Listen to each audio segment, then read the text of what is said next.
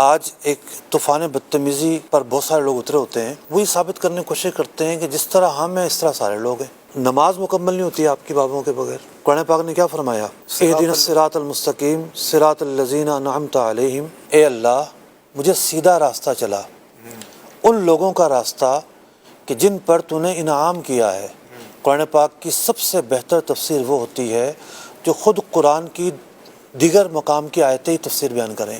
اب جب ہم قرآن سے پوچھتے ہیں کہ انعام یافتہ لوگوں سے کیا مراد ہے، تو قرآن کہتا ہے اولئک مع الذین انعم اللہ علیہم۔ انعام یافتہ لوگ کون ہیں؟ من النبیین والصدیقین والشہداء والصالحین۔ صرف انبیاء اگر کہا جاتا تو یہ طبقہ جو ہے پھر بھی شور کرتا رہتا ہے، انبیاء ہی کہا ہے نا۔ ہم تو بابوں کو برا بلا کہتے ہیں، معاذ اللہ ثم معاذ اللہ۔ قرآن نے فرمایا کہ انعام یافتہ لوگ انبیاء ہیں، صدیق ہیں، شہداء ہیں، صالحین ہیں۔ اولیاء اکرام کے اندر سب سے بڑا جو مرتبہ ہے وہ صدیقین کا ہے۔ 4 طبقات بیان کیے گئے، انبیاء، صدیقین، شہداء، صالحین۔ انبیاء کو ہٹا کر 3 طبقات۔ یہ 3 طبقات کیا بیان کر رہے ہیں کہ جو اللہ کے انعام یافتہ ہیں ان میں بھی ایک تقسیم ہے۔ ایک وہ ہے جو دوسرے سے زیادہ افضل ہے، اللہ کے ہاں زیادہ مقام مرتبے والا ہے۔ اب آپ یہ دیکھیے کہ قرآن تو کہہ رہا ہے کہ ان کا راستہ سیدھا راستہ ہے، بے شک۔ انہیں آپ کیسے فراموش کر سکتے ہیں؟ میں بڑا حیران ہوتا ہوں کہ لوگ کہتے ہیں وہ دور چلا گیا جب کرامتیں پائی جاتی تھیں، کیوں اس دور میں کوئی سونا لگا ہوا تھا؟ جو 3 زمانے سب سے بہتر، حضور کا زمانہ، صحابہ کا زمانہ، تابعین کا زمانہ، ان 3 زمانوں کی فضیلت بیان کی گئی ہے۔ اس کے بعد تو سارے دور برابر ہیں، کوئی خاص فضیلت نہیں ہے۔ بات یہ ہے کہ یہ آپ کس بنیاد پر کہہ رہے ہیں کہ آج وہ اولیاء نہیں پائے جا سکتے جن میں کرامت پائی جاتی ہو؟ حضور نے تو فرمایا کہ 40 ابدال روئے زمین پر پائے جائیں گے ہر زمانے میں، اگر ان میں سے ایک انتقال کر جائے تو دوسرا اس کی جگہ لے لیتا ہے۔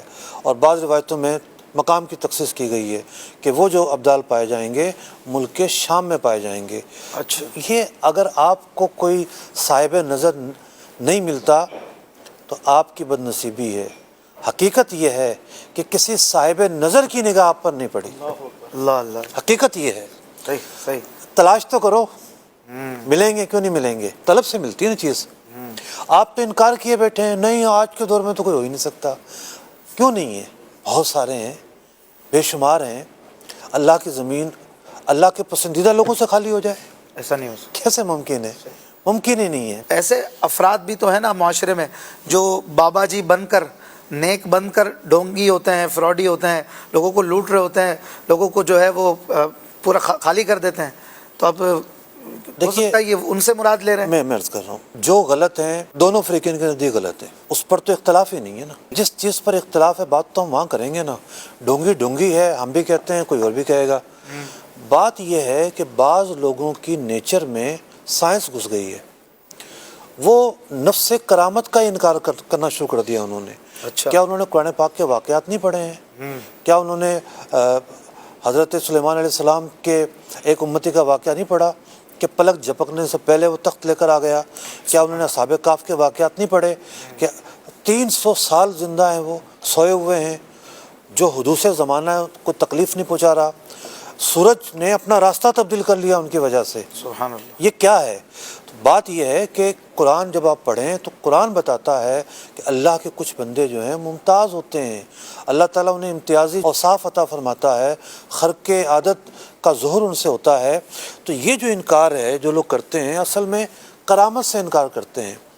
بخاری مسلم بھری ہوئی ہے کرامتوں سے، صحابہ اکرام کی کرامتوں سے، صحابہ اکرام کے فضائل سے۔ تو آپ لوگوں کے دل میں یہ بات ڈالنا چاہتے ہیں نہیں کرامت تو پتہ نہیں کیا چیز ہے جس کا کسی نے اگر اقرار کر لیا تو وہ کیا ہو جائے گا؟ قرآن و حدیث کے عین مطابق ہے۔ ٹھیک۔ تو بات یہ ہے کہ ان کے ساتھ اللہ ہے۔ سبحان اللہ۔